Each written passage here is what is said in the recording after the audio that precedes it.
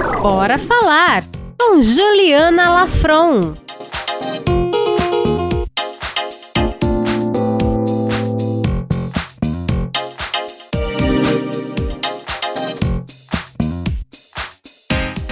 Fala pessoal, beleza? Sejam bem-vindos a mais um Bora Falar.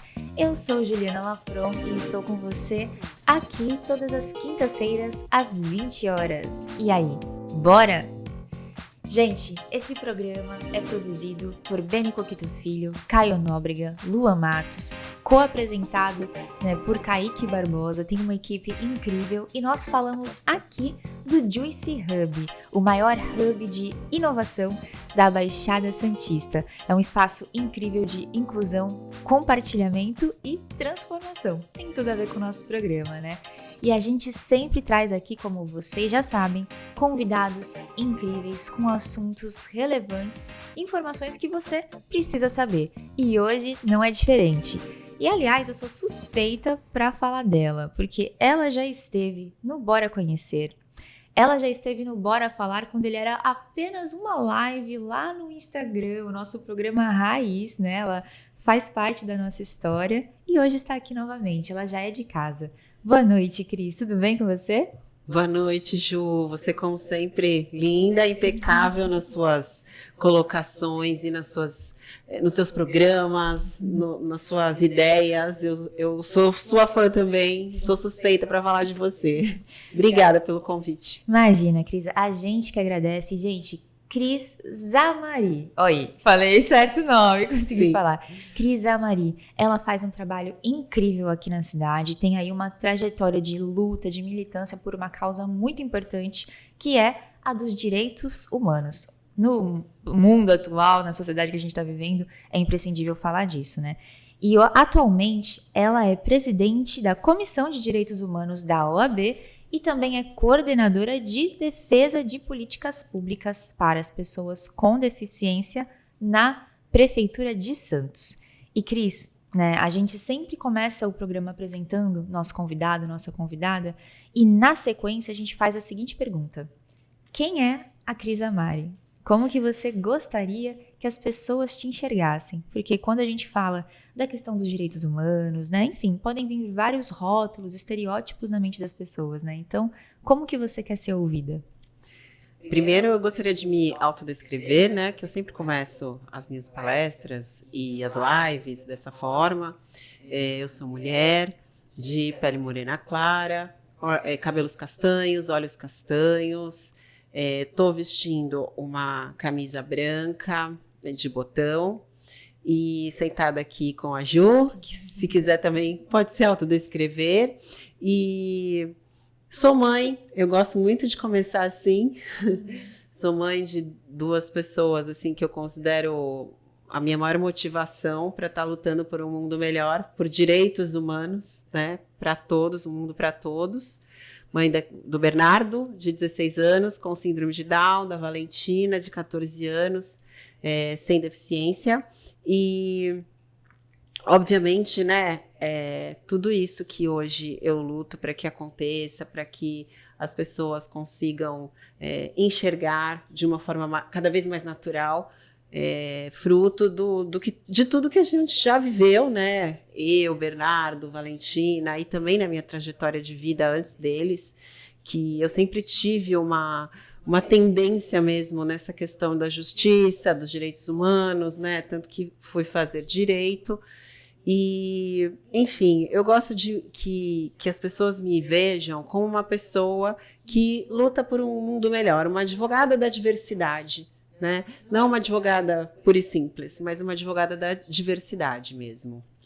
Olha só, uma pessoa que luta por um mundo melhor. Eu acho que várias pessoas que estão nos ouvindo talvez se identifiquem, Porque a gente precisa acreditar num mundo melhor e não só acreditar, fazer a nossa parte, colocar a mão na massa para transformar, nem que seja o pequenininho ali do nosso dia a dia, porque vai fazer diferença na vida das pessoas, É verdade. Eu acho que quando a gente consegue plantar uma semente por dia que seja, a gente já está conseguindo cumprir a nossa missão aqui nessa jornada, Ela começa a fazer mais sentido quando a gente percebe que a gente tá conseguindo tocar o coração das pessoas, transformar vidas, como você falou logo no início, e fazer com que a empatia, a tolerância, a humanização aconteça, né? Cada vez mais em todos os espaços que a gente permear. E Cris, você começou também falando que é mãe, né? Além de advogada, de tudo que você já é, você é mãe. E você já tinha esse olhar antes de ser mãe, né? Pelo que você trouxe. E isso deve ter mudado a sua vida. Pelo seu jeito de falar, né? Esse advento da maternidade deve ter te transformado também. Então, o que mudou na vida da Cris quando ela virou mãe, né? O Bernardo é o filho mais velho, né? Sim. O que mudou com a vida do Bernardo? Nossa, praticamente tudo. Porque eu tinha uma vida, assim, particularmente confortável, né? Vivia mesmo de uma forma, assim, que não enfrentasse tantos problemas, que não enfrentasse dificuldades e, de repente, assumir um papel de mãe de um bebê, né, que vinha com alguma deficiência, e eu fiquei sabendo disso na gravidez, já me fez criar uma responsabilidade muito maior de estar aqui, cumprindo a minha missão, né? E aí, quando o Bernardo nasceu, ele não veio só com síndrome de Down, ele veio com doenças, né? Veio com leucemia, veio com cardiopatias, com uma hipertensão pulmonar. E hoje eu falo isso muito tranquilamente, não com pesar, nada disso, né? Porque isso foi o que transformou realmente a minha forma de ver o mundo. Acho que ampliou absurdamente, né? A minha maneira de lidar com tudo que acontecesse na minha vida daqui para frente. E aí, eu acho que esse primeiro ano de vida que eu morei com ele dentro de um hospital e conheci pessoas de diferentes histórias, eu pude entender o quanto o mundo era gigantesco e o quanto o Bernardo tinha vindo realmente para me fazer enxergar isso e o quanto eu teria que ainda lutar pela transformação não só da minha vida, mas da vida de muitas outras pessoas, né? O Bernardo veio mostrar isso, ele veio trazer uma legião de pessoas solidárias, ele precisou muito de sangue para sobreviver, e a gente aqui em Santos, particularmente, embora ele estivesse internado em São Paulo, teve assim uma caravana de pessoas para fazer esse ato solidário para ele, né? Então eu sou muito grata a essa onda do bem, de solidariedade que acaba acontecendo diante de algumas situações que aparentemente parecem trágicas, mas na verdade são muito nobres, né? Para que as pessoas enxerguem a vida de outra forma. É muito bonito isso, porque às vezes a gente passa por algum problema, uma situação adversa, difícil, e a gente se culpa, se questiona, culpa o mundo e o universo, né? E você está trazendo um olhar de que ali na diversidade também veio, né, ao encontro um momento de afeto, de troca, de solidariedade, que eu tenho certeza que trouxe muita força para vocês, né? Com certeza, Ju, mas eu não vou descartar essa fase também de questionamento, né? Seria muita hipocrisia da minha parte dizer que eu aceitei tudo logo no início com a maior naturalidade.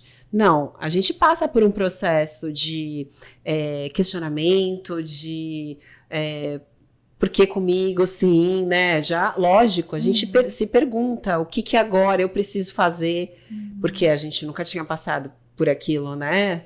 Então, acho que vem transformar a vida de uma família inteira, na verdade, não só da mãe, do pai e, assim, das pessoas que estão ao redor, né? Mas uma mobilização mesmo de pensamentos e de ideologias de vida que precisam ser transformadas. Sim, com a dor no começo, para que o amor depois consiga mostrar os caminhos, né? Sempre através do amor. Mas por que não a gente falar de dor, né? Todo mundo passa por dores e eu acho que isso é muito válido quando a gente sabe o que fazer com isso, quando a gente consegue reagir de uma forma positiva, né?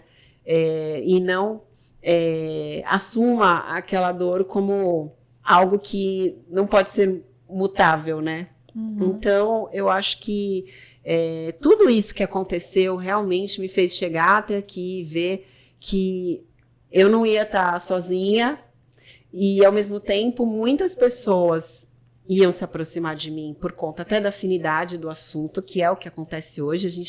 Eu acredito muito no poder das mães, porque as mães são leoas e elas querem que os filhos não sofram. No começo tem isso, né? A superproteção, aquele sufocamento de amor, mas depois a gente percebe que os nossos filhos, independente de terem deficiências, isso eu vejo pelo Bernardo e pela Valentina, a gente precisa criar para o mundo, a gente precisa dar autonomia, a gente não pode ser capacitista, a gente já falou sobre o capacitismo, né? A gente não tem esse direito, a gente tem que fazer com que a sociedade entenda como olhar o nosso filho e entender também como fazer o nosso filho olhar para a sociedade e encarar os problemas que possivelmente vão existir, né? Essa fala sua, ela é extremamente significativa e me remete a uma conquista importante que eu acho que a gente teve esse ano aqui para Santos, que foi a chegada do movimento Maio Futa Cor, né? É um movimento que tem ali o maio como mote, mas dura em ações o ano inteiro e fala da saúde mental das mães. Então, é importantíssimo ver representatividade de uma mãe, né, uma mulher falando disso e falar de dor, né, de momento de sofrimento, porque no mundo que a gente vive hoje, das redes sociais principalmente, tudo é muito idealizado, né? Sim. É muito estereotipado de forma que as pessoas pensem que é possível alcançar uma perfeição que é vivida e se culpem por não alcançá-la. E isso, a maternidade muitas vezes é solitária, né? Sim. Isso pode trazer para as mães diversas questões realmente que impactam na saúde mental. E quando tem um desafio como você está narrando pra gente, isso é multiplicado, né? Com certeza, Ju. E é o que eu falo, a gente acaba criando uma rede de inclusão mesmo, através das mães. Porque eu vejo muito assim, eu fui amparada por mães dos mais velhos, né, dos bebês, dos jovens, na época que eu descobri que eu teria o Bernardo, porque a internet sempre foi uma ferramenta muito importante para aproximar pessoas. Claro que a gente tem que filtrar muito, né, o que a gente hoje veicula e também o que a gente recebe de informação. Mas eu acredito que desde a época, porque o Bernardo tem 16 anos, desde a época da gravidez do Bernardo, já existiam movimentos na internet, blogs, né, na época, que faziam esse compartilhamento da vida dos filhos para motivar outras mães a seguirem também em frente. Para ajudar de fato. Exatamente, exatamente. Então, hoje, eu me sinto responsável, corresponsável por amparar as outras mães que chegam. E assim por diante. E se eu empoderar essas mães que chegam, elas também vão ter força um dia para empoderar outras mães que vão chegar, né? Por isso que eu falo que é uma grande rede que vai se ampliando. E isso é muito importante. A gente precisa falar sobre isso e também pensar em cuidar de quem cuida, né? Eu estava falando sobre isso recentemente. A gente precisa pensar numa rede mesmo, a Rede Família, por exemplo, que tem no município de Santos. Existem projetos também de ONGs que cuida de quem cuida dos filhos. Profissionais também da Exato, rede, né? Exatamente. Ser cuidados. Exatamente. Eu acho que tudo isso precisa ser muito bem trabalhado no poder público, na sociedade de forma geral, porque a gente precisa de apoio. Todo mundo precisa de apoio em algum momento da vida. Todo mundo. E é isso que fortalece as pessoas e faz com que elas também tenham força para ajudar outras pessoas, né? Com certeza. E agora que você está tocando nessa questão da atuação do poder público, de políticas públicas, acho que é legal você conversar um pouquinho sobre isso, falar pra gente da coordenadoria, né? Como que ela funciona, qual que é o objetivo dela, para quem ainda não conhece também poder estar informado sobre isso. Então, a coordenadoria, CODEP, né, que é a sigla, está dentro de um Departamento de Direitos Humanos e Cidadania, que fica dentro da Secretaria de Governo da Prefeitura de Santos.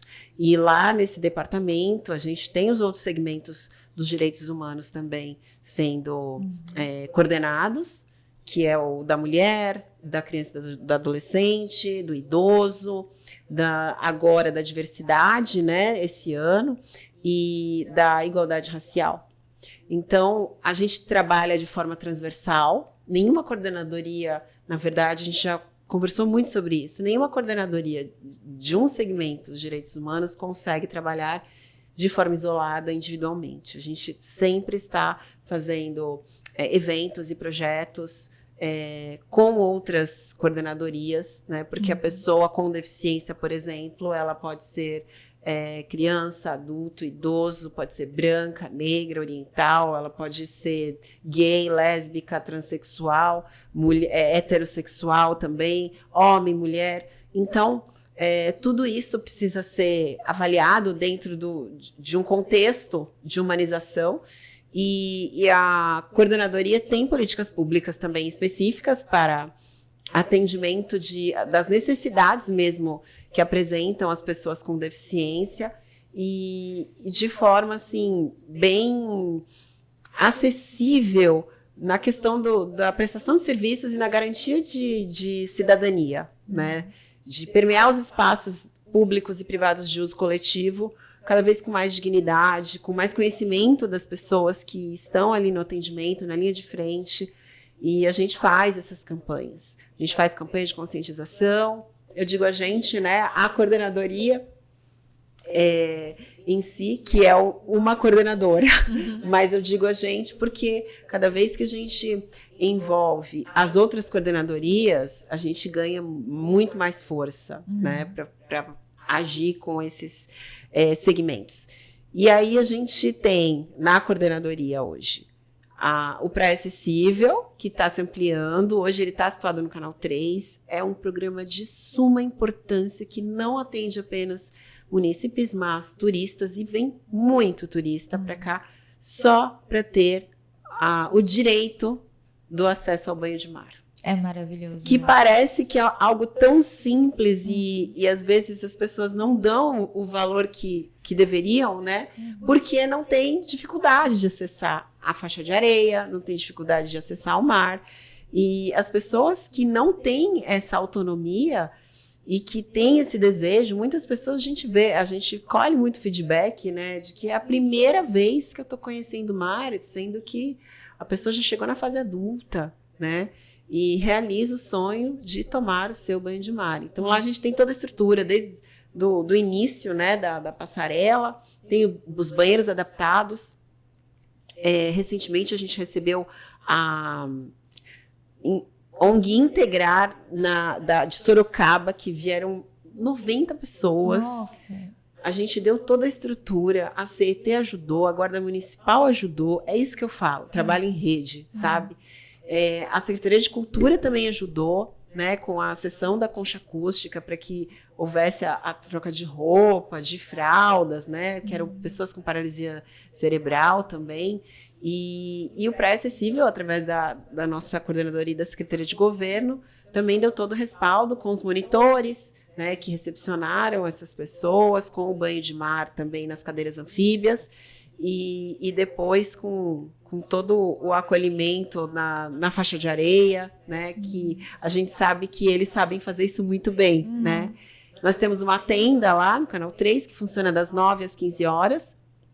Aos sábados, a gente também tem no Canal 6, através do projeto Empresta Minhas Pernas, que é uma ONG voluntária, que voluntariamente faz esse trabalho lá na praia, no Canal 6, e a gente está querendo, hoje, está no plano de governo do nosso prefeito, fazer mais passarelas nos canais para dar acesso à faixa de areia e à beira do mar.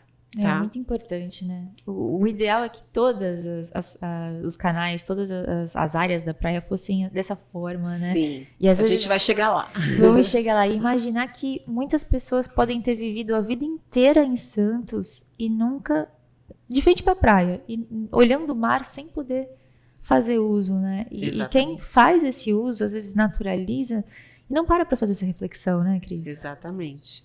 E assim, a praia é um patrimônio público nosso, natural, e todo mundo tem o direito de ter acesso com dignidade, né? Sim. Então, eu acho que isso é algo que precisa ser multiplicado em outras cidades litorâneas. Porque a gente vê ainda uma carência muito grande nesse sentido, né? Então, eu tenho muito orgulho de dizer que o pré-acessível vem se aprimorando cada vez mais, até em questão de estrutura, né? E monitoria. Eu faço formação com os monitores também, para que o atendimento seja humanizado e para que os termos utilizados sejam cada vez mais atuais, né, para que não haja nenhum tipo de constrangimento nunca com aquela pessoa, para que ela seja realmente tratada em pé de igualdade, né, como qualquer cidadão merece.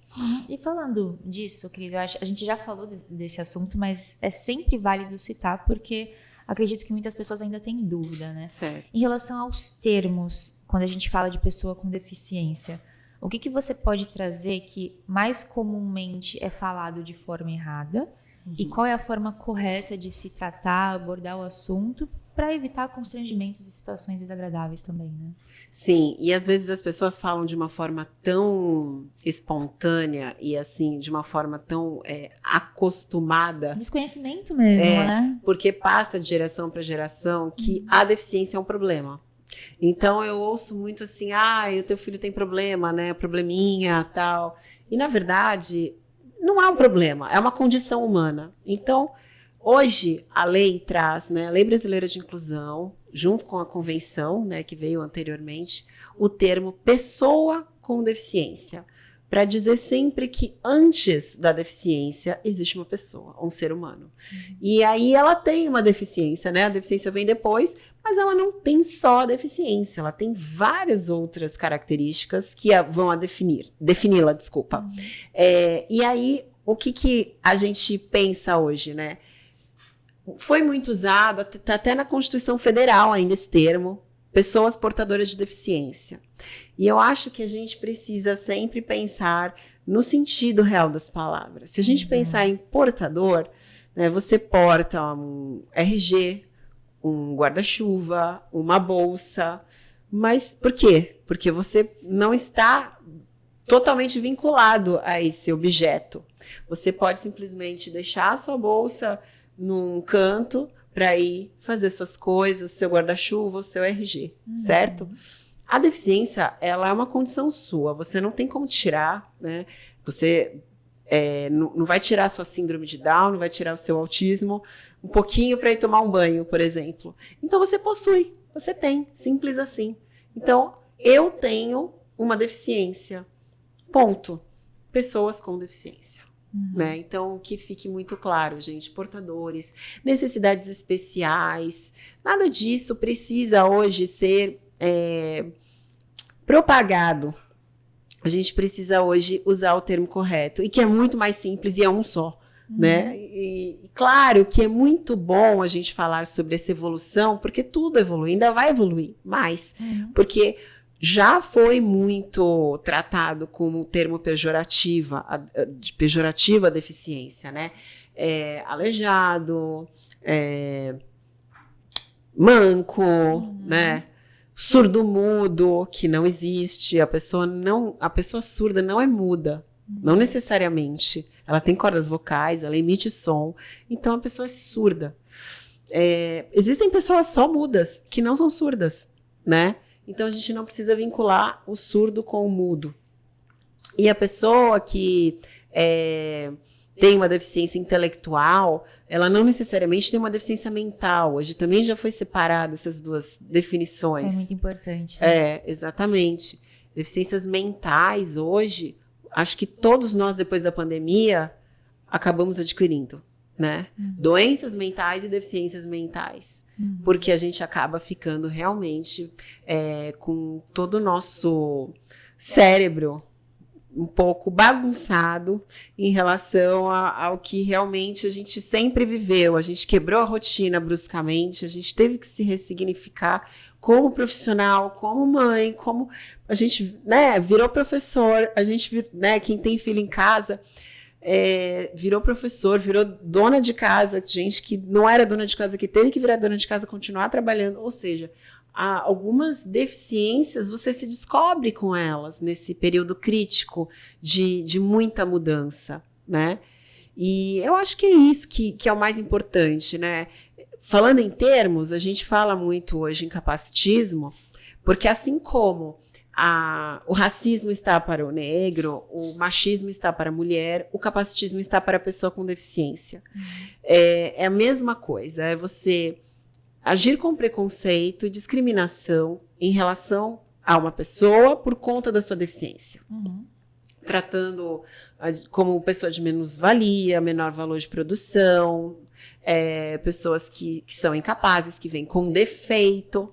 Porque às vezes vem travestido de cuidado, né? Exatamente. E o capacitismo, realmente, ele acontece desde a hora que a criança nasce e que é detectada uma deficiência. Você falou uma coisa muito certa. O capacitismo começa conosco, com a mãe, principalmente, né? Que acha que vai ter que proteger o filho de todos os males do mundo, né?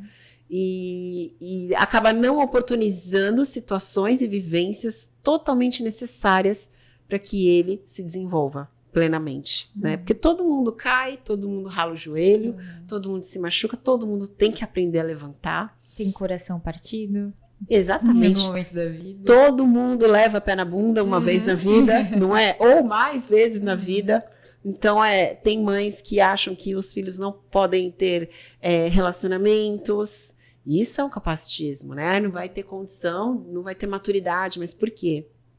Porque não foi educado para isso. A partir do momento que a gente quebrar essa barreira e começar a educar para a vida, como a gente educaria qualquer outro filho, claro que às vezes a gente vai ter que fazer abordagens diferenciadas, né? Para que a compreensão chegue de forma adequada. Não estou dizendo que não terão adaptações no meio do caminho, mas a gente não pode privar os nossos filhos de nada. A gente tem que deixar eles terem vontade própria, fazerem seus projetos de vida e criar meios para que eles amadureçam nesse sentido e façam jus a tudo isso, né? Não ficar esperando que isso aconteça sem o nosso trabalho, porque educar dá trabalho, né, Ju? Criar dá trabalho. E são poucas as pessoas que entendem que depois o custo-benefício é muito maior, né? Para a sociedade, né? Para todo mundo. Principalmente para aquele ser humano, né? Quanto mais a gente educar, menos a gente frustra. Eu acredito muito nisso. Porque se a gente falar sim, sim, sim, sim o tempo todo para todas as pessoas, inclusive eu estou falando de todas as pessoas com deficiência de forma geral, né? Que parece que vai quebrar. Não deixa, não contraria, não pode brigar. Não, mas coitado, ele tem essa condição, né? Então vamos relevar. Não é assim, gente. Educação é para todos, né? Limites são para todos, regras sociais são para todos. E a gente, obviamente, tem que entender que algumas deficiências vão ter particularidades, que vão ter que ter uma tolerância social, um respeito, uma empatia, né? Como é o caso do autista, por exemplo, que muitas vezes pode se desregular, né? Você falando disso, eu tô lembrando da questão das máscaras, né, Cris? Vocês fizeram todo um trabalho na pandemia em relação aos autistas, né? Sim, na verdade, foi um decreto. Santos foi uma das primeiras cidades que lançou esse decreto, eximindo de multa todas as pessoas com deficiência intelectual severa e psicossocial que não tivessem condições de usar a máscara.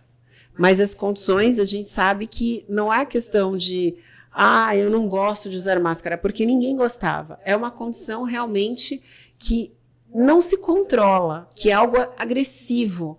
A máscara deixa de ser um meio de proteção e acaba sendo um agressor para aquela pessoa. E quanto mais a gente insistir, mais ele vai se manipular e mais ele tem chance de se contaminar, né? Muito mais do que se ele estivesse sem máscara e sem se tocar o tempo todo.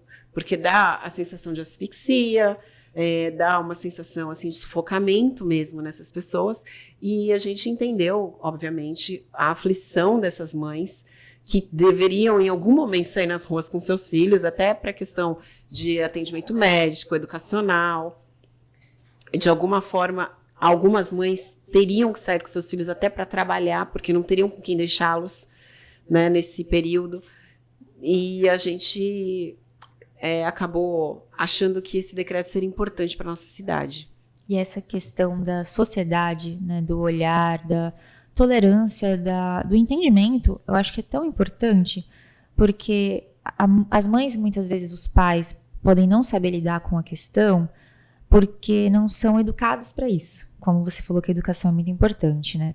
E a gente sabe que ainda as escolas, não só públicas, né? As escolas no geral, têm muita dificuldade ainda em lidar com, né, essa questão, a ser de fato inclusivas.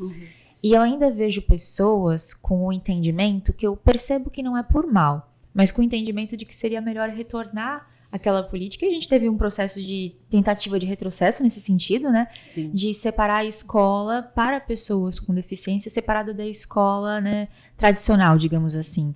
Então, é uma lógica invertida de proteção, né? Acredito que seja isso, de proteção das pessoas, querendo apartar, ao invés de fazer discussão ampla e de que, de fato, a gente consiga incluir as pessoas e viver em sociedade, né? E cumprir o que hoje prevê a lei, né, que é a educação inclusiva. Esse modelo que você descreveu é a integração e não a inclusão. Então, a gente teve a época da exclusão total, onde as pessoas com deficiência não tinham nem o direito de conviver em sociedade. Aí a gente passou para a época da segregação, que elas até podiam, mas teriam que estar institucionalizadas, né? Poderiam sair de casa, mas desde que fossem para instituições. E aí a gente foi para a época de integração, que a sociedade começou a aceitar a presença das pessoas com deficiência nos espaços, mas desde que não houvesse nenhuma adaptação para elas, né? Quem teria que se adaptar ao meio seria a própria pessoa com deficiência. Caso ela não conseguisse, ela não conseguiria, não teria o direito de acessar aquele espaço, aquele serviço. E depois, e a época da integração foi exatamente por isso, né? Porque a criança com deficiência, ela até poderia acessar a escola regular, mas ela teria que ficar numa sala especial. Separada, né? Eu cheguei a ver isso na minha escola, tinha sala separada e, nossa, era extremamente estigmatizado. O intervalo era separado, fica essa sensação de apartação, né? De humilhação mesmo, né? Sim, com certeza. E eu acho que você cresceu numa sociedade excludente, certo? Hoje você está aqui debatendo várias questões dos direitos humanos que não é só o segmento das pessoas com deficiência. Eu vejo você fazendo vários levantamentos importantes de assuntos que precisam ser tratados, né? E que acabam gerando muito preconceito ainda. Mas nem todas as pessoas que cresceram no meio que você cresceu vão ter esse pensamento, essa cabeça da inclusão, né, do não preconceito, da não discriminação. Então, o que eu penso nesse sentido é que a maioria das pessoas que cresceu vendo crianças separadas no recreio, na sala, que estavam no mesmo ambiente, na mesma instituição de ensino, mas que não pertenciam, não faziam parte da vida delas, hoje não conseguem educar os seus filhos, não têm a maturidade de educar os seus filhos de forma inclusiva. Olhar, né? Para ter esse olhar. Exatamente. Por isso é tão importante a educação inclusiva desde a infância. Não é algo que a gente tenha que debater. É um direito adquirido, um direito humano. E eu acho que isso deveria ser inquestionável e não deveria nem se pensar em retrocesso a partir do momento que a gente conquistou esse patamar, né? Porque são as crianças que vão fazer tudo diferente do que os adultos hoje carregam de preconceitos de geração para geração. São só as crianças que vão ter esse poder, porque elas são um livro aberto, um livro em branco, e elas vão poder ter a capacidade de construir as suas histórias livres, de forma livre, se elas puderem conviver com a diversidade. Sem dúvida, sem dúvida. Chega de retrocesso, né? Exatamente. A gente precisa preservar os avanços que a gente já conquistou. mesmo que muitos sejam apenas direito de papel, mas Sim. conhecer esses direitos e lutar por eles, né? E essa luta se faz muito, é o que eu acredito, se faz muito com política pública, né? Sim. Se faz muito neste ambiente, nesse espaço, com participação popular, as pessoas precisam participar. E nesse sentido, Cris, falando do trabalho da coordenadoria ainda, como que a coordenação olha para a cidade, enxerga a cidade de Santos e pensa em projetos, programas para impulsionar esse movimento inclusivo? Eu sei que tem várias iniciativas, né? Mas o que você gostaria de destacar, além do Praia Acessível, né? Então, eu estava pensando nisso, Ju. A gente acabou emendando um assunto no outro, eu acabei falando só do Praia, né? E a gente tem a Central de Libras de Santos, que eu gostaria muito de citar, porque... Muito importante. Muito, porque é a Nossa. única na Baixada Santista, ou seja, ela atende toda a Baixada. Imagina que todas as lives, reuniões gravadas, enfim, tudo isso excluiria uma parcela da população sem Exato. ter a Central de Libras, né? Sim, exatamente. E hoje a gente tem o atendimento virtual, né, online, pelo celular, chamada de vídeo, em caso de não agendamento prévio, né, nas consultas, ou alguma emergência, ou a Guarda Municipal, por exemplo, está com uma ocorrência com um surdo na rua, ela pode acionar. A gente fez formação, inclusive, da Guarda em relação a isso, fizemos simulação de atendimento. Nas unidades de saúde também, a gente faz simulação de atendimento e faz a devida orientação de como acionar. Porque, assim, você liga no WhatsApp, é um serviço gratuito, a intérprete está ali de plantão à disposição. É um serviço que precisa ser usado, né?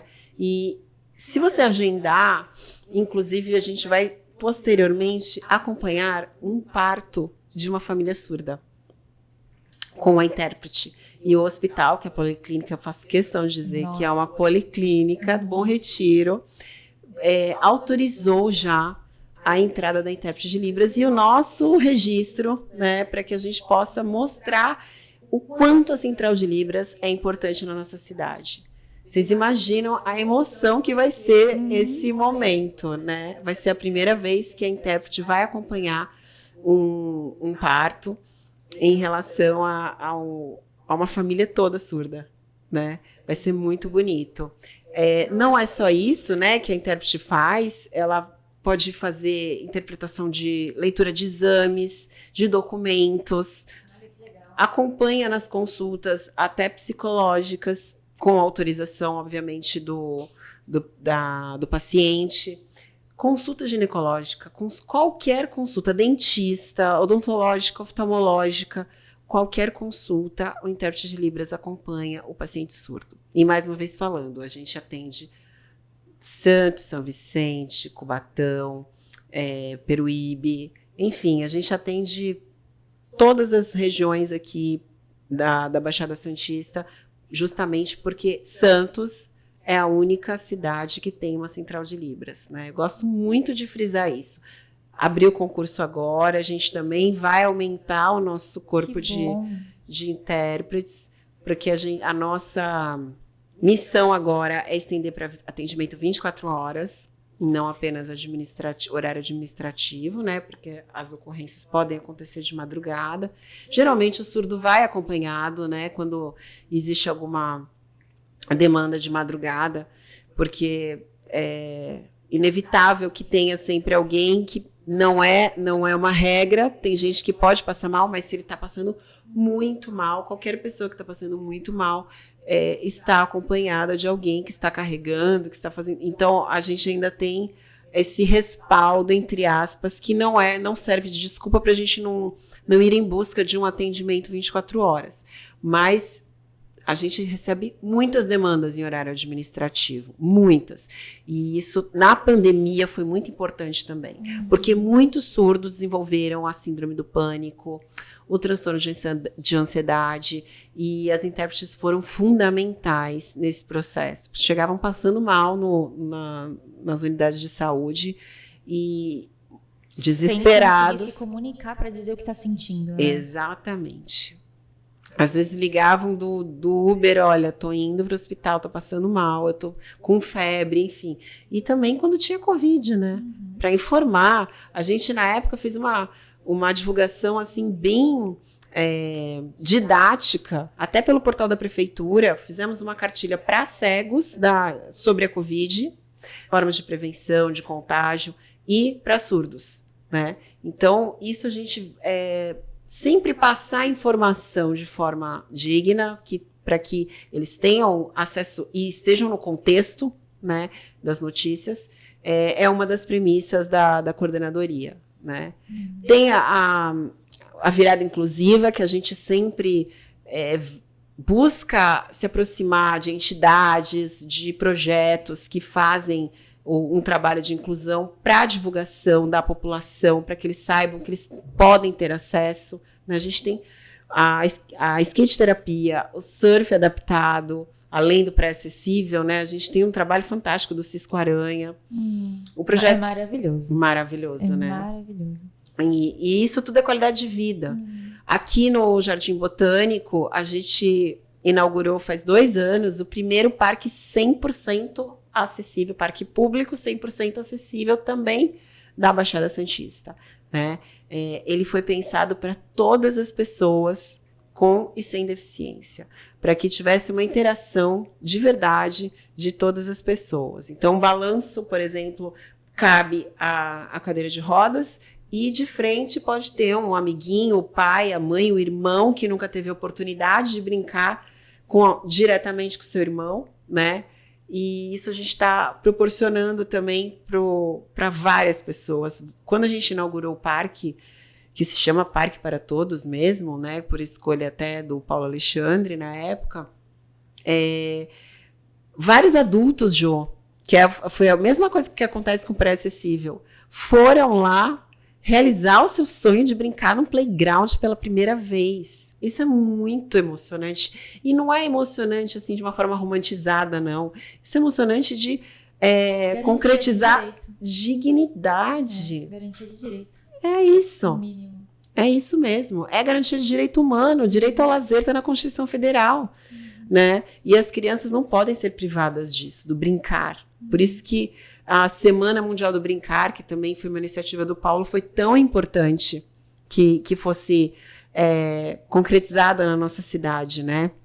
Essa carta de adesão que ele assinou.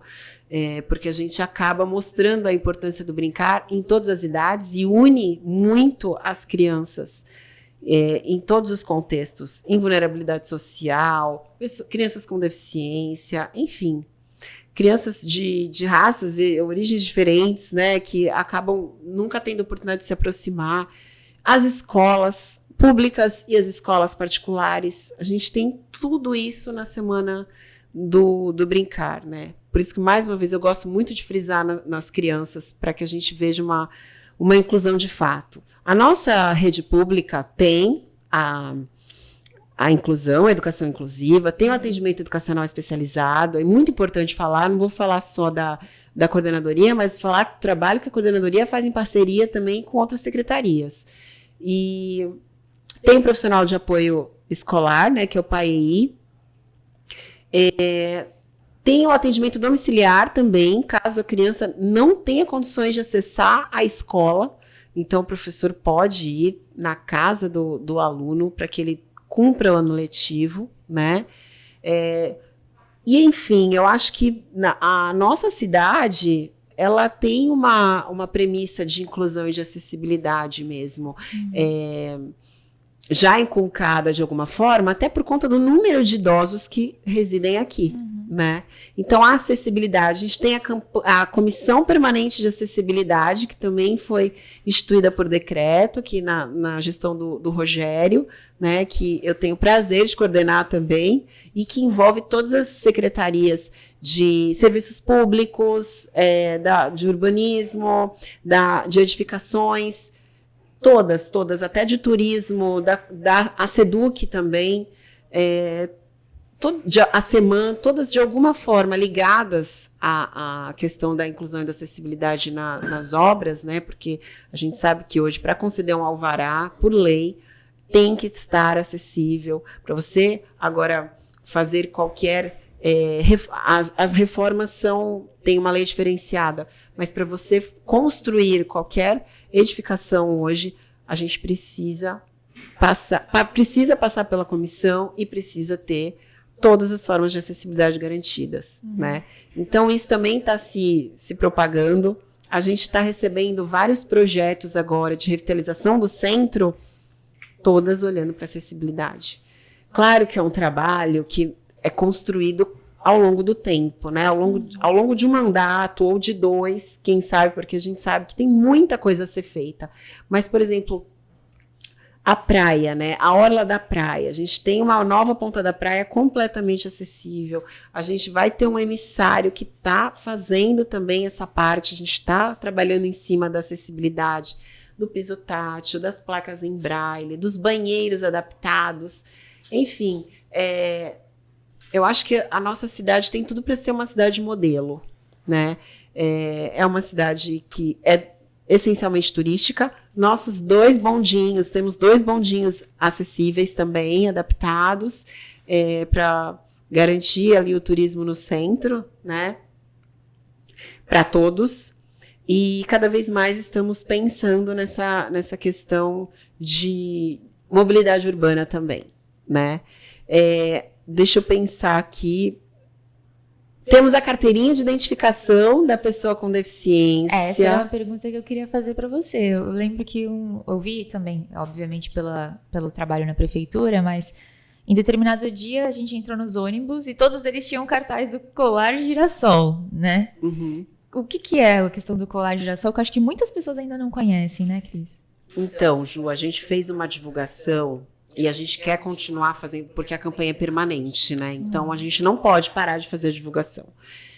Além dos cartazes, para chamar a atenção a essa campanha, a gente fez 2 vídeos explicativos. Desculpa que eu tava engasgada.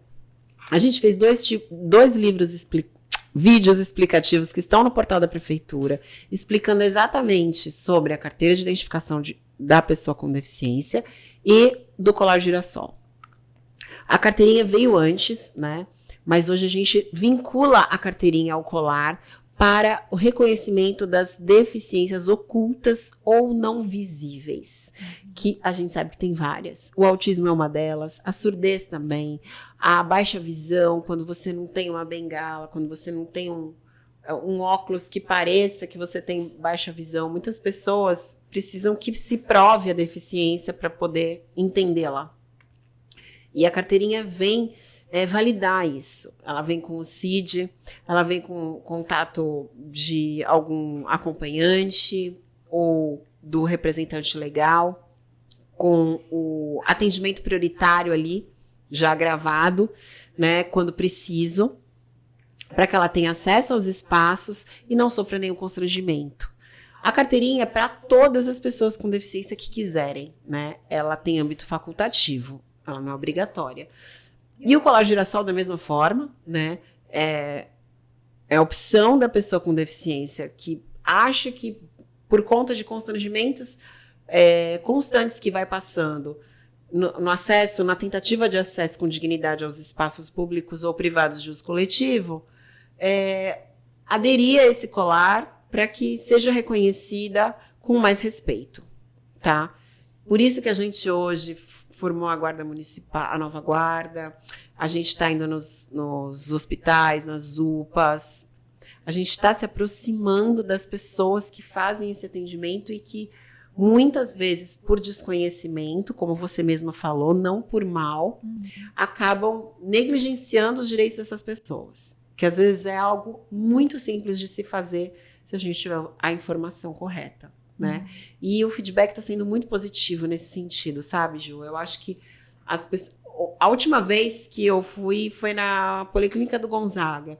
E a enfermeira falou para mim, a chefe, né? Se todas as pessoas que fazem campanhas no município viessem até nós para fazer esse tipo de conversa, porque é uma conversa, a gente não teria 1/10 dos problemas que a gente enfrenta no atendimento com o público, né?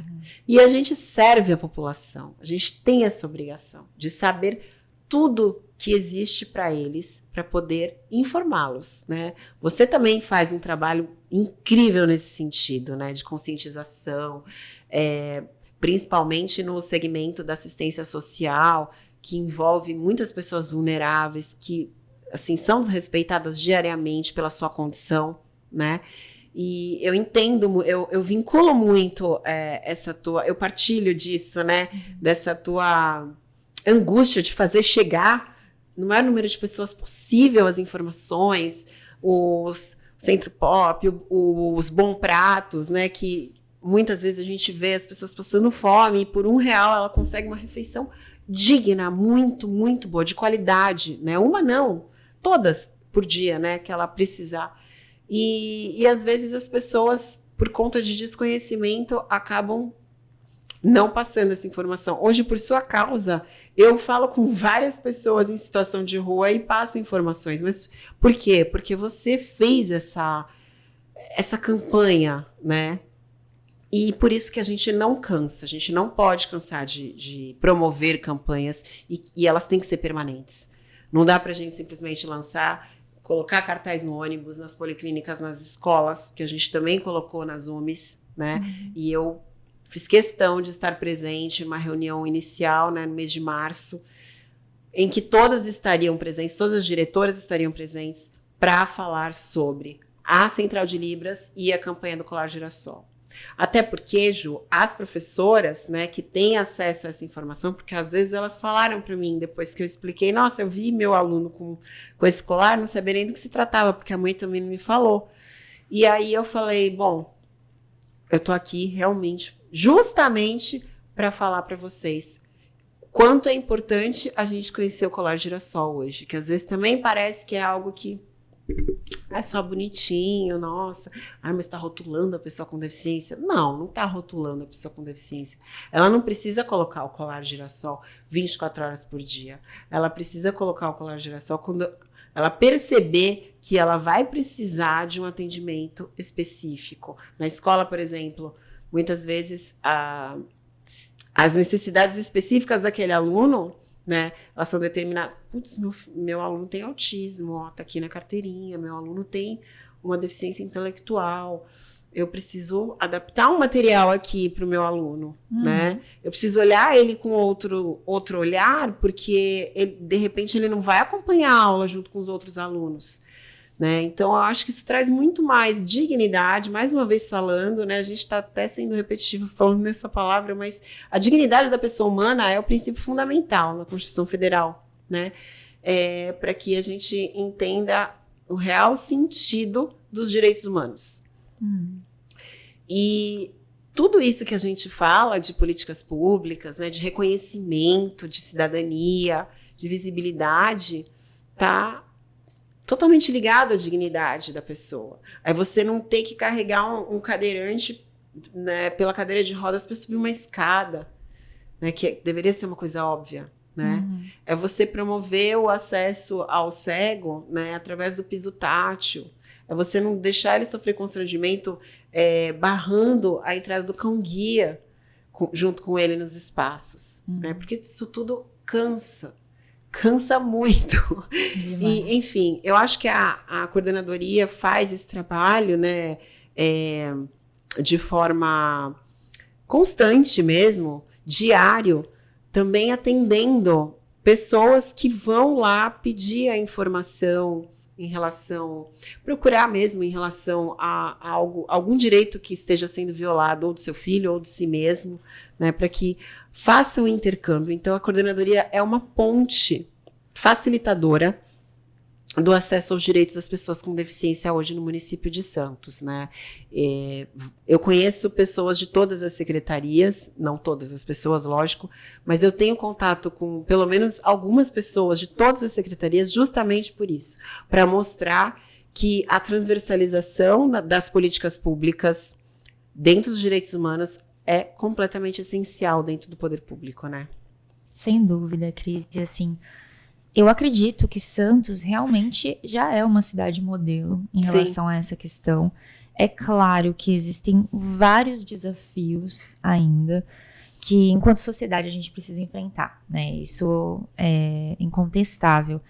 E ouvindo a sua fala, e eu sempre, assim, tento absorver tudo que eu posso quando eu escuto você falar, porque é uma fala muito sensível, é uma fala com tanto cuidado, né, e tanto afeto pela questão, que por isso que a gente fez questão de te trazer aqui, né, nessa segunda temporada. E eu lembrei da minha mãe quando eu era pequena, e acho que uma das frases que eu mais ouvi minha mãe me falar era assim: filha, nunca faça com os outros o que você não gostaria que fizessem com você. Trate o outro como você gostaria de ser tratada. Para quem é religioso, né, acho que dos mandamentos, o primeiro já resumiria, né, que amar ao próximo como você se ama, e para isso se amar, para conseguir amar ao próximo da mesma forma. E eu lembro de momentos da minha infância, adolescência, de ver, por exemplo, um cego no ponto de ônibus, perguntando pra gente, né, pedindo: olha, você pode me avisar quando o ônibus tal vai passar? E eu ficava pensando nessa fala da minha mãe, cara, como é que ia ser se eu fosse cega? Se eu não enxergasse? Eu ia conseguir andar na rua? Eu ia ter coragem pra isso? Porque eu tropeço enxergando, né? Exatamente. A calçada desnivelada, enfim. Alguns momentos da minha vida foram me colocando nessa questão. E quando a gente fala de pessoa com deficiência, de população em situação de rua, de mulher vítima de violência, a gente ainda tem muita falta de empatia e também de culpabilização, né? Sim. Eu acho que a empatia é algo que a gente precisa ter como bandeira máxima para exercitar, porque a gente vive numa sociedade que, ao mesmo tempo que existe uma luta para que a população em situação de rua tenha acesso à moradia, tem pessoas que entendem que a gente deveria simplesmente prender todas elas, internar todas elas, simplesmente pelo fato delas viverem nessa condição. Tem pessoas que acreditam que a mulher é culpada por sofrer a violência que ela sofre. Pela roupa que ela usou, pelo horário que ela estava na rua. Por permanecer num relacionamento abusivo. Também. Sabe? Então, tem pessoas que vão culpar apenas, vão colocar na mãe, né, a responsabilidade em relação a um sofrimento que uma pessoa com deficiência viva, a questão do capacitismo, sem ter esse olhar de aproximar, de incluir, de entender, e a partir do olhar do outro, do que a gente consegue chegar do olhar do outro, tentar construir aí diálogo. Sim. Né? Falta muito diálogo.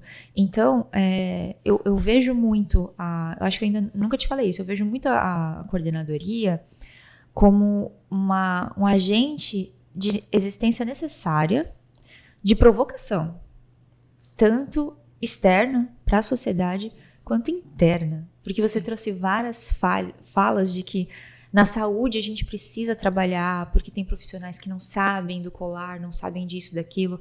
Na educação a gente precisa trabalhar.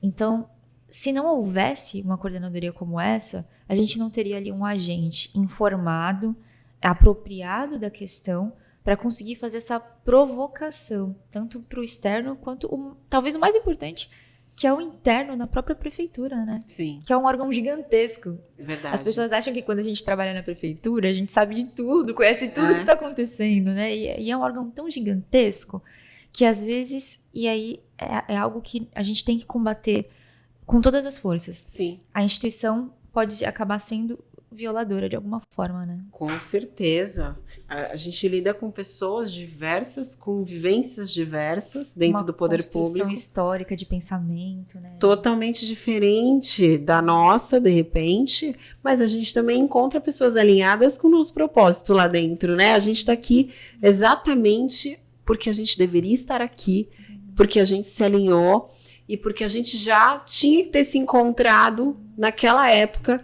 justamente para falar sobre isso de uma maneira profunda. Você não estava nem na prefeitura quando a gente se conheceu, né? Exatamente, eu estava só à frente da Comissão dos Direitos Humanos. E você veio querer saber da questão. Isso. Você se aproximou para tentar entender. É isso. Então, mas é isso, Ju, que eu falo, né? Eu pensando, eu lembro que logo que eu entrei na prefeitura, eu até agradeci. Eu falei, que bom que eu já conheço a Juliana, porque eu sei que a gente ainda vai caminhar juntas, né? E a gente fez, né, lá atrás, porque depois foi pandemia, foi um monte de coisa, a gente fez ações. E pessoas como você, algumas outras eu também conheci. Eu tive a sorte de conhecer, né? De perceber que, caramba, que bom que tem gente assim dentro do poder público, porque as coisas andam, as coisas funcionam. E eu tive a prova viva de que as coisas funcionam quando a gente tem vontade que aconteça.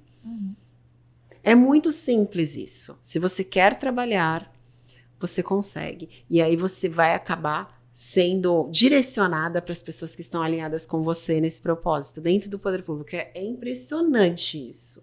Impressionante. Claro que você vai se deparar com barreiras, com pessoas que não vão estar com vontade de ajudar. Vai, né? Mas a gente usa isso até como uma escada, né? É uma mola propulsora, na verdade. Né? Exatamente. Não é fácil. Não, né? Você não falou é. de falar de dor, né? Não é fácil. É verdade. Às vezes dói a gente pensar que as pessoas não dão valor pro que a gente faz, pro trabalho que a gente faz, mas não por nós, não pela nossa pessoa, mas pelas pessoas que a gente defende, né? Pelas pessoas que a gente quer ajudar, que a gente sabe que precisam, né? Então, às vezes, esse tipo de coisa acontece justamente para a gente ter uma reflexão e pensar que bom que existem, né, pessoas, mesmo que às vezes de forma isolada, mas que acabam se atraindo por conta disso. E aí eu vou deixar um recado pra galera que tá assistindo a gente, ouvindo a gente, que às vezes a gente não percebe, mas a gente pode estar inspirando alguém, né? Ou sendo exemplo para alguém. Então, numa atitude pequena do nosso dia a dia, pode ser que tenha alguém olhando, né? E falando, caramba, é possível, que legal, Sim. se motivando, né? E aí pegando embalo, né, Cris? É verdade. E porque a gente sabe que antes da gente entrar no poder público, a gente tem uma visão. Quando a gente entra, a gente tem outra completamente diferente. Não é isso? Com certeza. É muito transformador também. É uma grande escola. Com certeza. E como a gente está falando de informação, né, de informar as pessoas, de sensibilizar, como que as pessoas que tenham a necessidade, por exemplo, de acessar o Colar Girassol ou a Central de Libras, podem fazer esse acesso, ter essa informação? Então, a Central de Libras, a gente tem um... Deixa eu pegar o meu... Que aí a gente já aproveita e deixa Sim. todas as informações embaixo aqui no vídeo, para quem quiser, né, precisar. E para quem não precisa, poder também divulgar, compartilhar, né, para as mais pessoas poderem entender como de fato fazer Sim, uso. a gente tem Instagrams, né? Páginas no Instagram.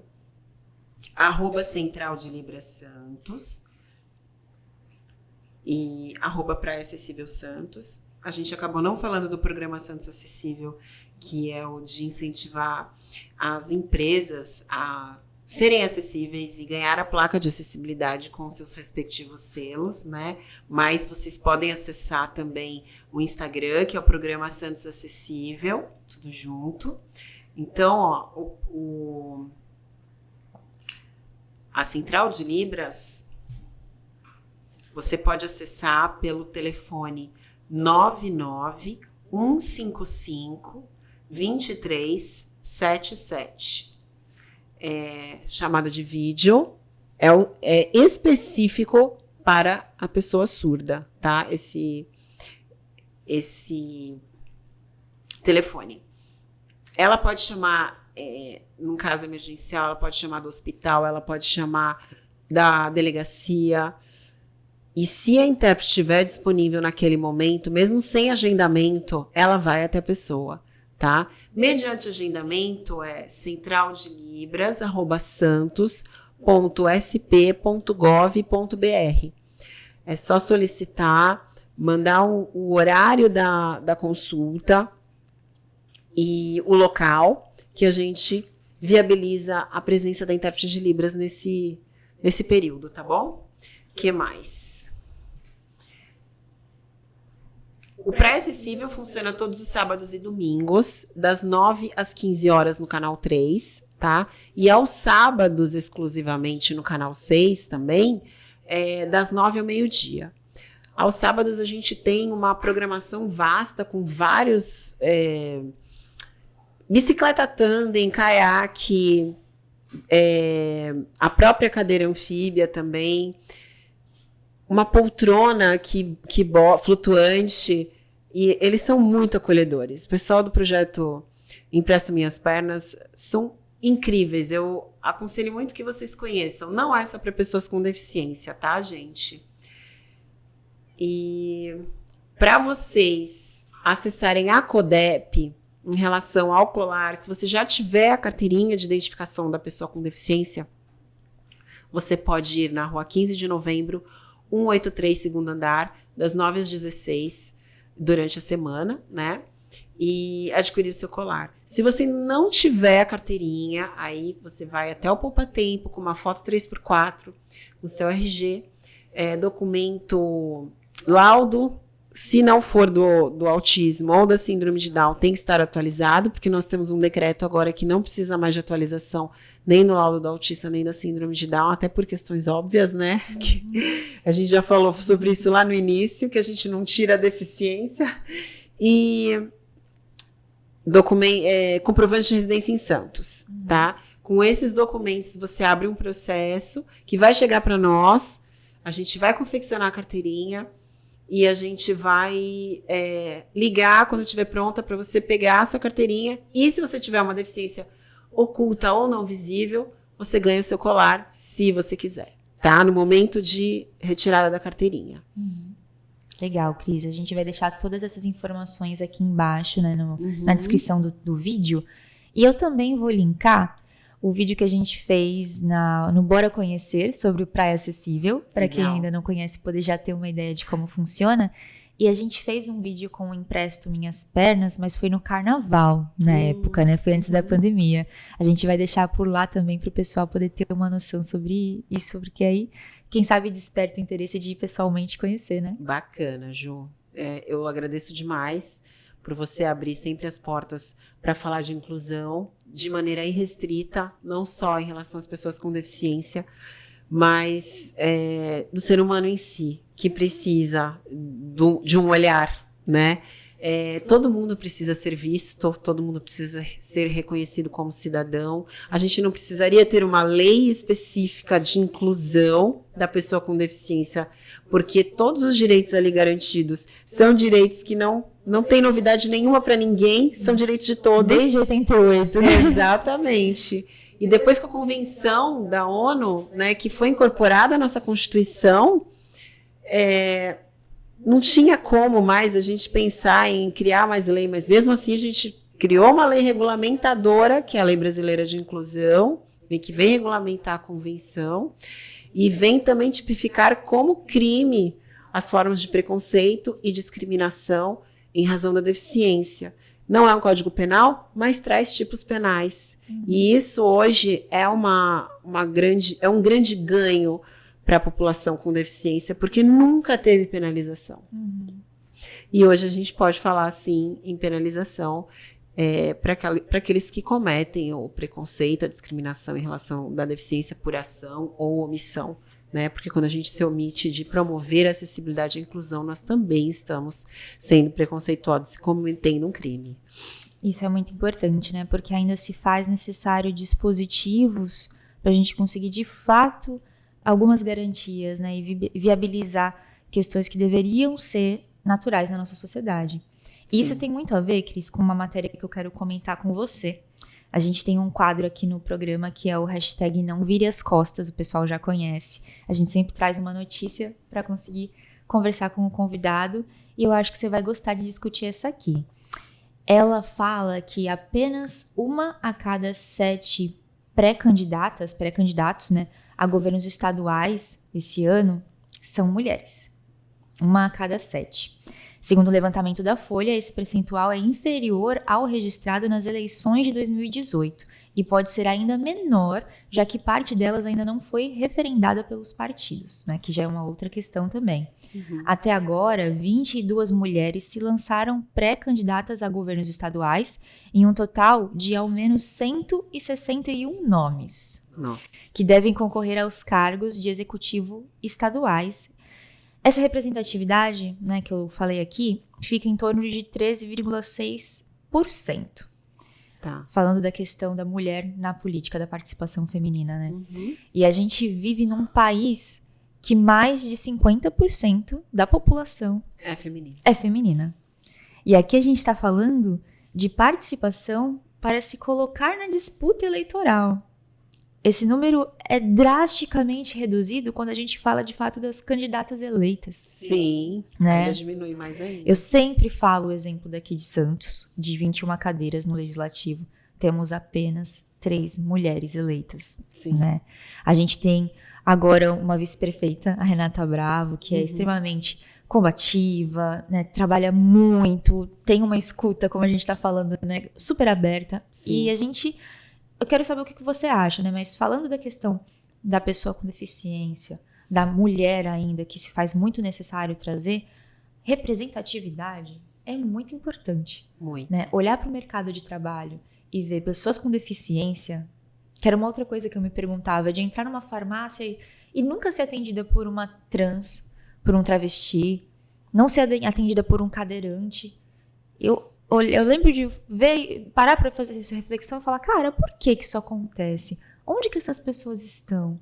E a gente olhar ainda para a política é um exemplo que é muito importante, porque na política, que se discute política pública, que se discute leis, né? Se discutem e se efetivam leis, e se a gente não tem a representatividade da população LGBT, da mulher, das pessoas com deficiência, a gente avança muito menos em pautas que são de extrema relevância, né? Sim. E como que você enxerga esse cenário que é extremamente desafiador para esse ano, né? Sim.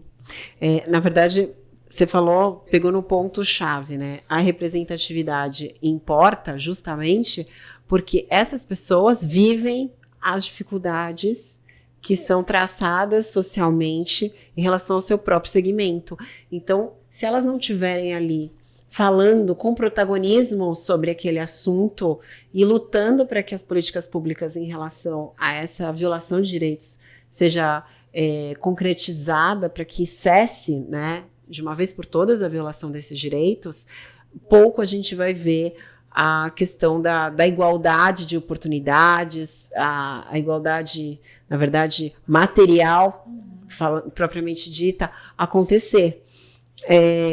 A gente fala muito, né, nessa questão da invisibilidade das mulheres, e as mulheres com deficiência são infinitamente mais invisíveis nessa questão da vida pública e política, né? Mas a gente já tem, por exemplo, Mara Gabrilli, né, que é uma importante pessoa e personagem no Senado, já foi deputada, enfim. E a Célia Leão, que foi secretária de Estado, também deputada estadual, que hoje está se candidatando também, novamente, né? Saiu da Secretaria da Pessoa com Deficiência para se candidatar a deputada. Estará conosco em Santos também, num evento importantíssimo que se chama Inclusão Mais Perto, e que vai acontecer na Prefeitura de Santos. E, enfim, são pouquíssimas mulheres negras, mulheres com deficiência, e assim, as mulheres que a gente vê hoje, elas estão dentro do patamar mais privilegiado, né? A maioria delas que está à frente da vida política, né, com cargos políticos, e que foram eleitas, a maioria delas sempre vai ser branca, né? Não vai ter deficiência, não vai ser negra. Então, a gente ainda precisa muito batalhar por isso. Eu acho que a própria mulher, historicamente, Jo, já se anula a partir do momento que faz pouquíssimo tempo que ela teve o direito de voto, né? Então, você imagina só, para que a cultura da participação política. Exatamente, da falta de participação política, né, que já está arraigada, comece a mudar. Então, eu acho que ainda é um desafio por conta disso, por conta dos costumes, por conta do machismo, sim, que foi instaurado desde que o mundo é mundo, né, das oportunidades que não são iguais. Então, a gente não pode falar em igualdade ainda em relação às mulheres, por mais que nós já tenhamos conquistado muita coisa, que a gente sabe que conquistou, mas essa porcentagem de candidatura é muito pequena e de mulheres eleitas ainda menor ainda, né? Então, é algo que a gente tem que trabalhar mais com empoderamento. Eu acredito nisso, sabe? Enquanto a gente não pensar em sororidade, eu acho que a gente não avança muito ainda nesse sentido, porque as mulheres estão tímidas nesse sentido e não estão se sentindo ainda capazes, sabe? De assumir esse cargo. Mas a gente sabe também, né, que existem mulheres que a gente já viu lá, uma ministra amamentando, né, no seu ambiente de trabalho, que eu achei a coisa mais linda. A gente é multifuncional, as pessoas não entendem, e os homens, eu acho que eles se sentem até ameaçados. Tudo isso a gente precisa derrubar. Esse machismo por medo, que eu sei que é um pavor, porque a gente ainda ouve coisas bem absurdas dos homens, né? A vai lavar um prato, o que você está fazendo aqui? Quantas vezes a gente já você tá de presenciou? TPM, você tá histérica. Né? Exatamente. É louca, é histérica, porque é mulher, é muito hormônio. Se ela tá nessa posição é porque é filha de alguém, ou teve um caso com alguém. Exatamente, né? Exatamente. Nunca é mérito nosso, nunca. Eu mesma passei por isso na prefeitura, né? Passamos, né? Exatamente. Mas hoje eu lido com isso com muito mais naturalidade, porque hoje eu não duvido mais do meu valor. Até já me questionei porque isso tudo faz a gente ficar tão vulnerável e com descredibilidade, né? Que a gente se questiona em algum momento, mas a gente volta pro eixo e fala, epa, mas vem cá, o que você conquistou até hoje? Vamos rever isso e vamos se valorizar. Por favor, né? Sim. E é isso que a gente precisa também passar para outras mulheres, que elas não tomem como verdade aquelas ofensas dos homens, que é por puro medo, né? Porque a maioria dos ataques masculinos é por medo do espaço que a mulher está conquistando. Eu acredito muito nisso. Porque o homem que é seguro de si e que sabe como tratar uma mulher, jamais vai querer humilhá-la, exatamente, e deixá-la num grau de inferioridade com palavras, com ações, jamais vai fazer isso. Então, a gente precisa entender isso, mulherada. Quando a gente recebe uma ofensa de um homem, né, por machismo, é puro medo, é puro pavor. A gente tem que dar uma risada interna, respirar e lembrar de quem a gente é, né? Eu acho que é isso. E a gente tem ainda um mito, Cris, que eu acho que é muito forte.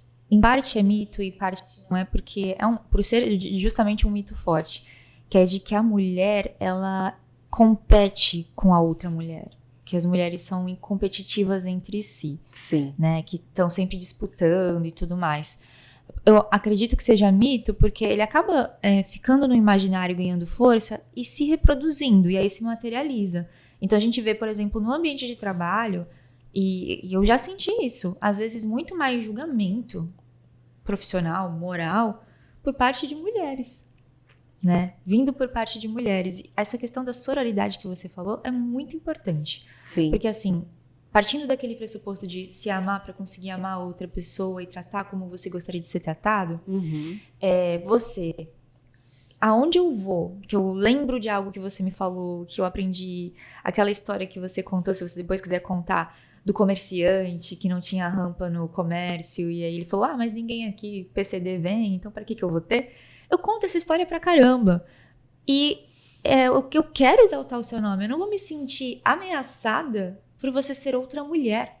E ainda existe muito essa fala, né? Sim. Por parte dos homens, com certeza, mas por parte das mulheres também. E eu acho que se a gente parar pra pensar e olhar pra outra mulher, colega de trabalho, enfim, que você conhece, e exaltá-la enquanto mulher, estender a mão, isso pra qualquer pessoa, Sim, né? sim. Enquanto mulher, acho que tem uma questão ali ética que pulsa muito, que precisa pulsar, né? Sim. Mas, sei lá, se você tá há 20 anos no seu trabalho e chega uma mulher jovem, por que você vai julgar? Ela não vai vir sabendo de tudo, né? Estende a mão, ensina, Aprende com ela. Todo Isso. mundo tem alguma coisa para ensinar e aprender com alguém. Com certeza. Eu aprendi tanto com as pessoas em situação de rua que eu abordei, que eu conversei. Imagino. Eu aprendi tanto. Às vezes numa frase, numa conversa. Coisas que eu nunca aprenderia num banco da universidade, tendo aula com doutores, sabe?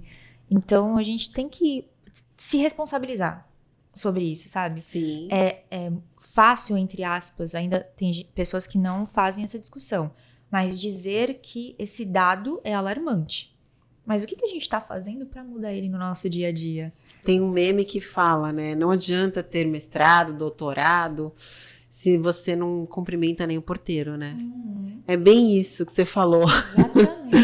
Exatamente. É. E a gente pré-julga muito as pessoas. Então, no geral, quando se fala de política, por exemplo, algum amigo fala que gosta de política, quer fazer essa discussão, ou às vezes que vai ser candidato, já começam a falar, não entra nessa, ninguém presta, né? Uma chuva de julgamentos. Quando se é mulher, isso acredito que seja mais forte. Sim. E os espaços que são abertos, de fato, né, Cris? Porque, assim, uma coisa é você colocar a porcentagem de vagas nas candidaturas, né, 30% tem que ser ocupadas por mulheres. Outra coisa é você dar orçamento para as campanhas dessas mulheres. Outra coisa é você dar espaço para que elas realmente consigam ter protagonismo nesse processo, né? E isso vale para nas políticas públicas no geral, né? Com certeza. Eu acho que em todos os espaços. E eu acho que assim, você falou, pegou num ponto que não é nem homem nem mulher, é o ser humano. Se você é autoconfiante do que você, do valor que você tem, do que você representa no seu trabalho, nos ambientes que você ocupa, o que você agrega, se você tem total confiança nisso, certeza do seu empenho, né? E você se reconhece antes do reconhecimento de qualquer pessoa, você nunca vai se sentir ameaçada, nem mulher, nem homem. Você sempre vai querer agregar. Quem gosta de política fala, eu gosto muito de política, tal, mas a primeira pergunta que me vem na cabeça é, mas você gosta de pessoas? Sim. Porque para você ser político, você precisa gostar de pessoas, porque você vai servir as pessoas, você vai servir a população, né, com o seu trabalho, com as políticas públicas que você vai implantar. As políticas públicas são para as pessoas, sem dúvida, né? Então não adianta a gente ficar pensando em ego. Quando a gente fala, né, em sororidade, é justamente você entender que você tem o seu valor e a outra mulher vai ter o valor dela e os valores vão se complementar. Tem espaço para todas, né? Exatamente. Tem que ter espaço para todas. Claro que tem, gente. Isso é fundamental. A gente vive em sociedade, né? Não tem como a gente pegar todo o holofote pra gente. Mesmo porque eu acho que isso é muito pessoal. Tem gente que gosta, né, de holofote e tal. Mas tem gente que gosta de perceber que o seu trabalho está reverberando na vida das pessoas, que é bem diferente.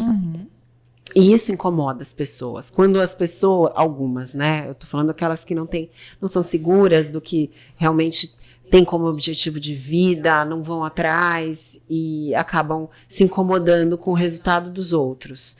Mas que também não se empenham para alcançar um resultado, sabe? Então, acaba incomodando ao invés de criar admiração. E eu acho que isso é muito pessoal, Ju. Eu acho que a gente vai encontrar pessoas, como eu falei, né? A gente vai encontrar homens e mulheres assim, e a gente vai encontrar homens e mulheres que vão vibrar na nossa vibração, na mesma vibração que nós, e vão até aumentar tudo isso, né? Toda essa rede de ações, né? Porque a gente é movido por ações, não pela inércia. Que a gente promove no mundo, né? Eu acho que quanto mais pessoas estiverem juntas promovendo, por exemplo, a Coordenadoria da Mulher, a Diná tem o curso de defesa pessoal. Posteriormente, foi ampliado para o curso de defesa pessoal inclusivo para mulheres com deficiência. Posteriormente, para mulheres trans, né, lésbicas. enfim, mulheres. Então era a Diná trabalhando, hoje é a Diná, eu e a Tayane trabalhando juntas, né? Unindo esforços, né? Exatamente. Se admirando e se ajudando. Exatamente. E percebendo a diversidade dentro, né, do feminino. Né? Então, eu acho que é isso. Eu dei esse exemplo justamente para dizer o quanto é importante a transversalização e a união de forças, sempre. E não você querer que o outro tenha menos força que você. Né? Olha, acho que é menos ego e mais foco nas pessoas, né? Isso. No real propósito que as coisas precisam ter. Verdade. E te ouvindo, Cris, nessa fala, me deu vontade de deixar uma tarefa para a galera de casa. Então, eu vou pedir aqui, para quem está acompanhando a gente, pensar em uma pessoa, seja homem, seja mulher, em uma pessoa que te inspira. Em uma pessoa que em algum momento fez alguma coisa ou falou alguma coisa que você precisava ouvir e aquilo te ajudou a seguir em frente. Depois de pensar nessa pessoa, manda uma mensagem para ela. Uma mensagem de texto, liga para ela, encontra com ela pessoalmente e agradece. A gente precisa dizer para as pessoas o que elas representam na nossa vida, senão a gente acaba se sentindo mais só. Né? Com certeza, Ju. Nossa, você me emocionou agora. É porque eu gosto muito disso, sabe? Eu gosto de me conectar, eu gosto de me relacionar, eu gosto de ampliar o meu repertório através das pessoas, porque eu gosto muito de conhecer histórias, né? Histórias de vida que são diferentes da minha, e eu acho que essa profissão que eu escolhi me ajudou muito a entender que eu não sou a dona da razão, porque advogado tem isso, né? De querer ter razão. Hoje eu tô muito mais na busca de ser feliz, sabe? Na busca constante de ser feliz. Mas como que a gente é feliz? Primeiro, se amando, como você falou. E segundo, que é o mandamento, né, mais importante. E segundo, sabendo que a dor do outro, você nunca vai sentir, né? A gente fala muito em empatia, mas você nunca vai sentir a dor do outro. Todo mundo tem dores, né? Não dá para comparar com a nossa. A gente não vai sentir a dor do outro e a gente nunca vai poder dizer que a nossa é maior. A gente tem que se oportunizar a conhecer novas histórias, novas formas de pensar e de reagir em relação às nossas dores, né? Aos nossos desafios. E só conhecendo novas histórias que a gente vai aprender isso, né? Exatamente. E, gente, eu não encerraria jamais essa conversa que a gente está tendo com a Cris, porque sempre aprendo muito com você. É muito gostoso conversar contigo, Cris. A gente não vê a hora passar. Igualzinho com você, Ju. Mas a gente vai chegando no finalzinho do programa e eu vou te fazer 2 perguntas, né? Um bate-bola pra gente te conhecer melhor, pro pessoal te conhecer melhor também. Tá. Essa aqui vai ser interessante. Qual que é o seu lugar favorito aqui na cidade de Santos? A Ponta da Praia. Ponta da Praia. É porque eu nasci lá. Tenho muitas memórias afetivas. Aliás, a praia, o mar, na verdade, assim, sendo mais específica, o mar é o melhor lugar para mim na cidade de Santos. Que bom que você tá morando no lugar certo, então, Verdade. hein, pra ter esse contato que a gente às vezes desvaloriza, né? Ter o mar tão pertinho. E qual que é o brasileiro que você mais admira? Uma brasileira que você mais admira? Nossa, olha que pergunta. Deve ter vários, mas se você pudesse destacar um agora que te toca mais. Um brasileiro ou uma brasileira? Nossa Senhora, gente. Eu acho que eu não saberia dizer o que eu mais admiro. Eu tenho mentores, né? Na verdade, eu acho que todos nós temos, né, alguns mentores. E eu tenho, assim, não vou falar ninguém assim muito surreal, assim, que seja conhecido, porque, como eu te disse, eu gosto muito de me conectar e, assim, eu tenho pessoas da minha família que foram pessoas que fizeram parte da minha história e me ensinaram muito, muito mesmo. E eu tenho uma tia, que é a Deizinha, que é a irmã do meu pai, que é uma pessoa, assim, que eu não sei te explicar, mas é uma pessoa que, às vezes eu penso, como ela agiria numa situação como essa, sabe? E é ela. Incrível. É. Incrível. E, Cris, além de te agradecer por você ter vindo aqui ao programa, lá atrás por você ter acreditado na live, né? E foi uma coisa que começou dali e virou algo maior, com uma equipe que tá engajada, tá comprometida para fazer dar certo. Então, te agradeço demais por você ter vindo aqui novamente, mas eu vou dar exemplo iniciando a tarefa que eu pedi pro pessoal fazer. E vou te agradecer. Te agradecer por sempre que a gente se encontra, você me motivar. Não vou chorar, hein, pessoal? Deixa eu respirar fundo pra não chorar. Mas me fazer chorar, então é isso. Me incentivar, me motivar, né? Eu sei que eu tenho carinho de menina, que muita gente fala que, né? Mas você sempre olhou pra mim como um ser humano, desde que você me viu a primeira vez. E isso é encantador. Então, obrigada por ser quem você é, por me dizer o que você enxerga em mim e por fazer o trabalho incrível que você faz pela cidade. Que a gente possa ter mais Cris Amares aí. Ai, obrigada, fazendo esse trabalho. Obrigada, gratidão, gratidão. Você é um mulherão da porra. Você é só menininha assim na capa. Mas eu aprendi a não julgar ninguém pela capa. Então, por isso que eu acho que eu consegui te conhecer assim profundamente, sabe? Quando a gente se permite conhecer as pessoas, tirando todos os estereótipos, as capas. E a gente sofre muito com isso, né? Eu sei que você também sofre. Eu acho que a gente ganha oportunidades de conhecer pessoas incríveis, né? É isso, mas muito, muito obrigada também pela oportunidade, mais uma vez, de estar com você, porque os nossos diálogos são muito profundos, muito ricos. Eu tenho muito orgulho mesmo de ter você dentro do poder público e saber que eu posso contar com você, sabe? Não só eu, mas muitos munícipes, muitos mesmo, que é para isso que a gente trabalha, né? Então, eu quero te parabenizar por essa iniciativa. A gente está aqui num sábado, né? Tava sol quando eu cheguei, você está trabalhando, eu também. Isso é um trabalho árduo que a gente tem de conscientização. E você ainda vai receber muitas outras pessoas incríveis aqui, que eu sei, porque você tem um dedinho muito bom para isso. E eu quero te desejar assim, vida longa, sucesso, que você possa ainda mostrar muito de você e do seu trabalho para o maior número de pessoas possível que passar pelo seu caminho. Tá bom? E é uma fazendo a outra querer chorar. Muito obrigada mesmo, Cris, por todas as palavras, por tudo que você representa. E, gente, é com essas lágrimas nos olhos, né? Esse clima de emoção, de sororidade aqui. Que bom poder encerrar um programa assim, né? Encerrar uma conversa assim com uma pessoa maravilhosa toda aqui nessa mesa, junto com vocês, partilhando essas conversas, né? Todos os comentários que vocês deixarem a gente vai ler depois, vai responder, vai continuar essa troca e ela vai perpetuar aí, vamos multiplicar a informação, né? Isso mesmo. E, gente, é isso, a gente vai ficando por aqui. Espero muito que vocês tenham gostado. A gente deixa aqui o nosso beijo, o nosso abraço e até a próxima.